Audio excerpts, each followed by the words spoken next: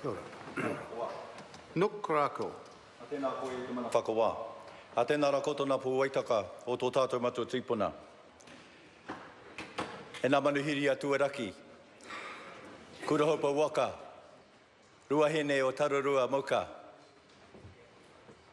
Rangitāne o Manawatu. A tēnā koutou, tēnā koutou.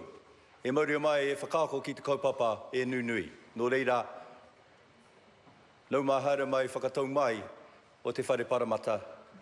Nō reira e mihi atu kia koutou katoa. Mr. Speaker, it is indeed my pleasure to take this call for the second reading of the Rangitāne o Manawatu Claim Settlement Bill. It's also a privilege to stand as the Chair of the Māori Affairs Select Committee and to have this opportunity to do the second reading of this Rangitāne o Manawatu Treaty Settlement Bill.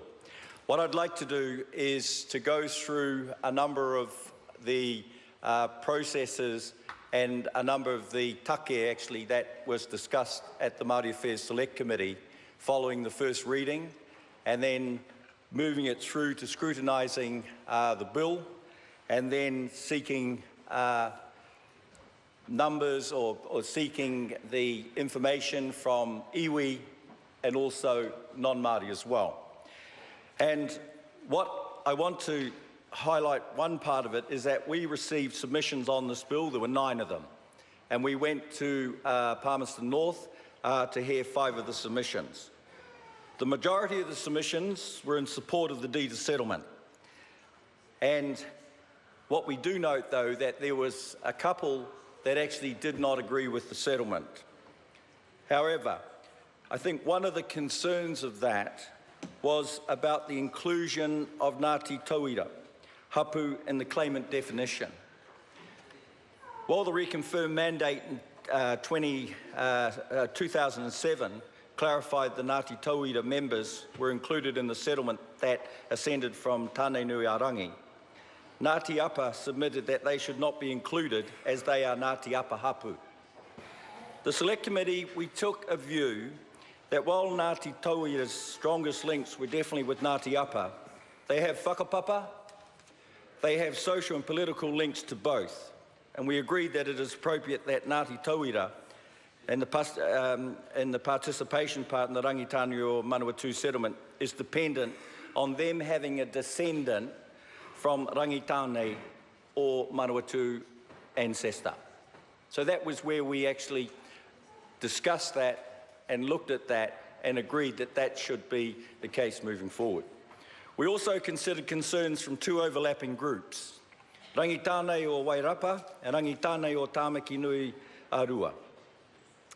And they expressed their opposition to the area of interest defined by Rangitāne or Manawatu. While we recognise that the other 2 groups may have interests in the same area, we also noted that it is not an exclusive area of claim. And it is not unusual for iwi to have overlapping interests in different areas.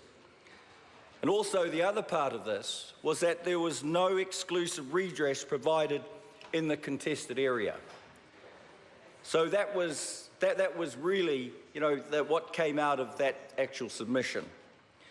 Another area of disagreement between the iwi was the Tangimoana Crown Forest licence land, which is included in the settlement as a commercial redress. E te mana whakawā, Ngāti Kaupata claim that this forest is part of the ancestral rohe. This settlement would remove any possibility of Ngāti Kaupata claiming Tangimoana forest in the future. And so we noted that this area is the only Crown Forest land within the area of interest for the settlement. However, other iwi with overlapping interests have other Crown Forest land available for the settlement and within that area of interest. So the primary purpose of commercial redress is to re-establish an iwi's economic base. So we were satisfied that enough Crown land actually remains available for the future settlements in that particular area. Finally, some of the submitters from Ngāti Raukawa submitted that their interests overlap with Rangitāne o Manawatu and that they will be prejudiced by the exclusive redress provided to Rangitāne o Manawatu. but we understand that there is already in place an amendment to the settlement to address the concerns of Ngāti Raukawa ki te tonga.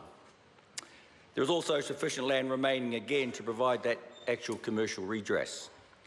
And the only other amendments we did, sir, was that we recommended, as the results of surveys of the redress sites, requiring updates for the legal descriptions contained in the bill.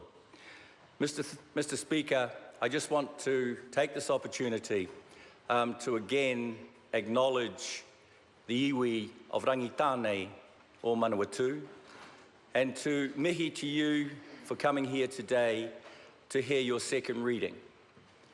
And I'm looking forward to working through with the Māori Affairs Select Committee, who are a very pragmatic and a very principled committee. We actually work with what we have, and at the end of the day, we actually assist your journey through the end until the third reading, when this becomes an act of Parliament. So kia ora to you, and I look forward to again welcome you here to Parliament for the third reading. Nō reira, e koutou rā, e mihi atu kia koutou katoa. Kia ora.